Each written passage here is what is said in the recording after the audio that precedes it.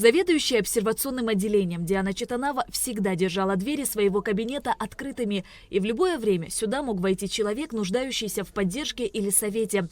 Она встречала каждого улыбкой и светящимися глазами, так тепло и по-родственному, что эта картина осталась в памяти у всех, кто когда-либо пересекал пороги ее кабинета. Теперь же коллеги обходят это место стороной. В пустом помещении повисло молчание, которое не удается разорвать. Будни родильного отделения идут своим ускоренным ходом, а в этом кабинете время как будто остановилось. На столике в центре стоит ее портрет, и он напоминает о безвозвратной потере.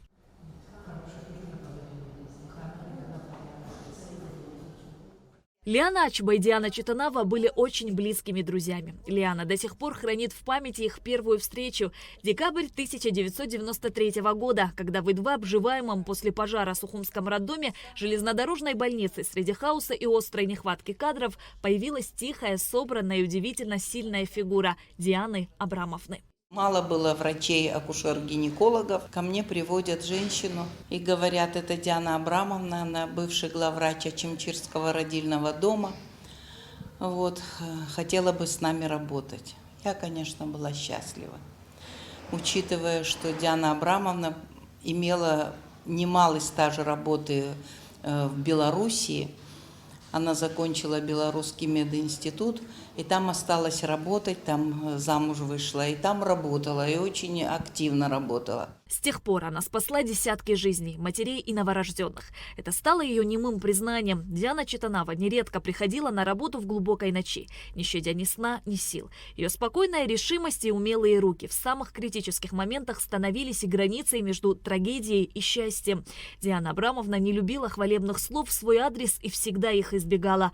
Она никогда не говорила о своих болезнях и не жаловалась, беспокоилась о каждом, почти не обращая внимания на собственные недуги. Чужие беды казались ей важнее собственных. Я очень сожалею, что потеряла такого друга. Просто вот невероятно, не могу в это до сих пор поверить. Никакой, ни день, ни ночь. В день 5 раз нас вызывали, бывало.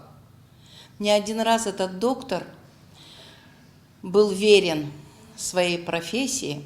Никогда не сказала «я не могу», «я плохо себя чувствую». Она вставала и шла на свой пост. За время работы Диана Абрамовна зарекомендовала себя высококвалифицированным специалистом, проводила все виды оперативных вмешательств в акушерстве и гинекологии, а также вела консервативную терапию гинекологических заболеваний, осуществляла экстренные вызовы по тяжелой патологии, внедряла новые методы оперативных пособий в акушерстве, постоянно повышала свой теоретический уровень в свете последних достижений науки и делилась опытом с молодыми коллегами. Диана Абрамовна – человек с большой буквы, наставник и, не боюсь этого слова, локомотив родильного дома. Всех она нас принимала с душой, она учила нам азам акушерства, всех наставила на оперативный лад, на оперативное акушерство и была искренним врачом и настоящим акушер-гинекологом. Трудно сдержать слезы и подобрать нужные слова. Еще 12 июля Диана Абрамовна была на дежурстве. Под утро поступила пациентка в тяжелом состоянии. Диана Абрамовна оказала ей помощь, а затем сама заболела. 1,5 месяца она боролась, но, к сожалению, все усилия оказались безуспешными. Она до последнего времени работала заведующей отделением обсервационным. Она до последнего времени дежурила. Она до последнего времени принимала роды, она до последнего времени оперировала. Она дежурила на дому. В том случае, если вдруг молодым докторам понадобится помощь, она выезжала и ночью, и днем, и вечером, в любое время суток. Нам будет трудно. Очень надеюсь, что те, которые идут за ней, будут достойны ее памяти.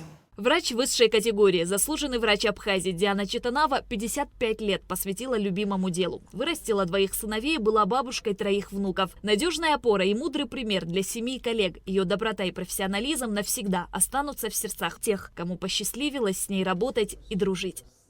Шазина Ханагу, Алексей Гухава, Абхазское телевидение.